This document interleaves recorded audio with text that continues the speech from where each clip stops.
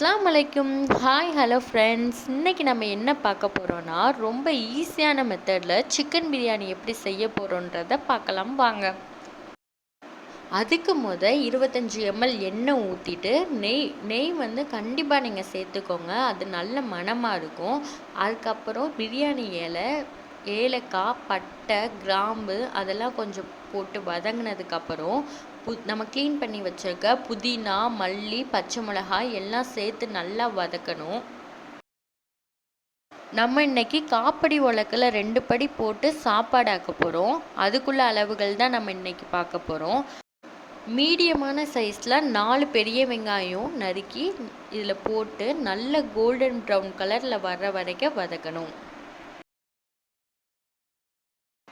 எந்த அளவுக்கு golden brown கலரில் வருதோ அந்த அளவுக்கு சாப்பாடு நல்லா டேஸ்ட்டாக இருக்கும். அதுக்காக கருக்கிடாமல் நல்லா வதக்கணும்.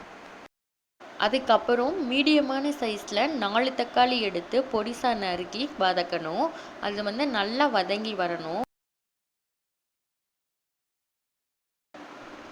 இப்போ நல்லா தக்காளி வதங்கி வந்துருச்சு. இதுக்கப்புறம் இஞ்சி பூண்டு விழுது சேர்த்துக்கலாம். அரைக்கிறப்ப எப்பயுமே இஞ்சி வந்து கொஞ்சம் அதிகமாக இருந்தால் நல்லாயிருக்கும். வெள்ளைப்பூடு அளவு வந்து கம்மியாக இருக்கணும். வெங்காயம் வந்து ஒரு மீடியமான அளவில் எடுத்து அந்த மாதிரி ட்ரை பண்ணிங்கன்னா அது ஸ்மெல்லும் நல்லாயிருக்கும்.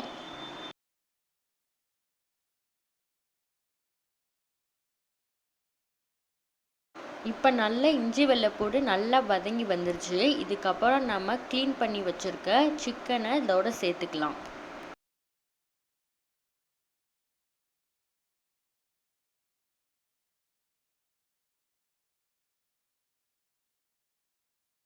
சிக்கன் போட்டுட்டு கொஞ்சோண்டு மஞ்சள் பொடி, சிக்கன் வதங்குறதுக்கு தேவையான அளவு உப்பு, பிரியாணி மசாலா.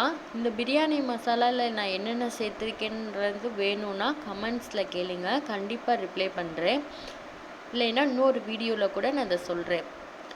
அதுக்கப்புறம் கொஞ்சம் தண்ணி ஊற்றி சிக்கன் வேகிற அளவுக்கு நம்ம வதக்கி விடணும்.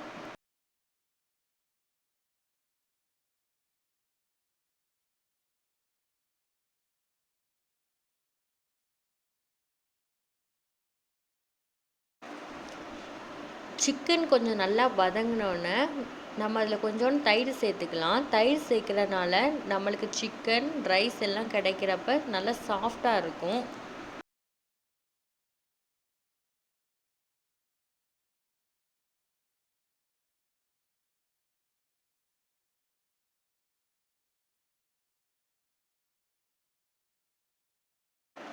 இல்லை கொஞ்சம் நம்ம தண்ணி ஊற்றி மூடி வச்சுக்கலாம். சிக்கன் கொஞ்சம் நேரத்தில் வெந்துடும். நான் இந்த காப்படி உலக்கில் தான் 2 படி போட போகிறேன். ஒரு படிக்கு 2 உலக்கு அப்படின்னு தண்ணி ஊற்றணும். நான் இதில் மொத்தம் 4 படி தண்ணி ஊற்ற போகிறேன்.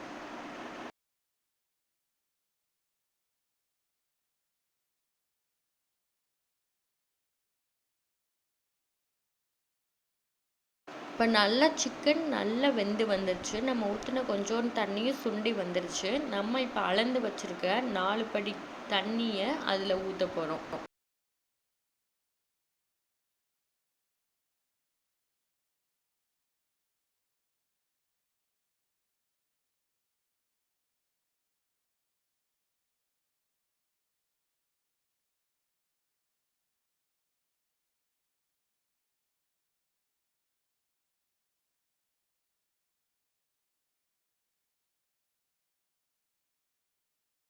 இப்போ நம்ம இதில் தேவையான அளவு உப்பு போட்டு மூடி வச்சிடலாம்.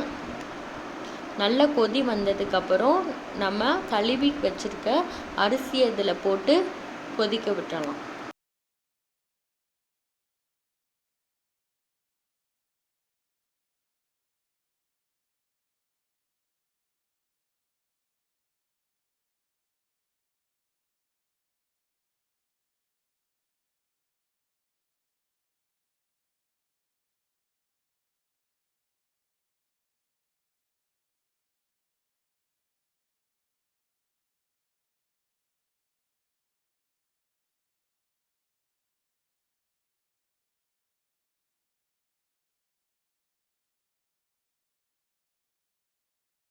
இப்போ நல்லா கொதி வந்துருச்சு.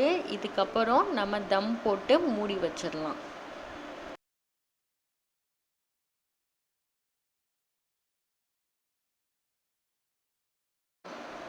நல்லா சமமாக வச்சு இந்த நம்ம இனி மூடி போட்டு தம் போட்டுடலாம். தம் போடுறதுக்கு மேலே ஒரு பாத்திரத்தில் சுடுதண்ணி வெயிட்டாக வச்சிடுறேன் நான்.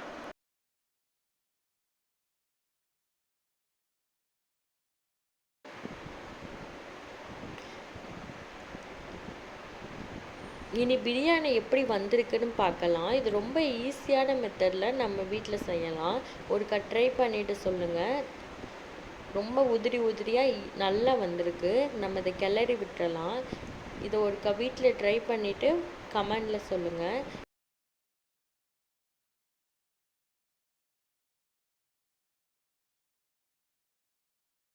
இந்த வீடியோ உங்களுக்கு பிடிச்சிருந்துச்சுன்னா மறக்காமல் சப்ஸ்கிரைப் பண்ணிடுங்க. தேங்க்யூ ஃபார் வாட்சிங்.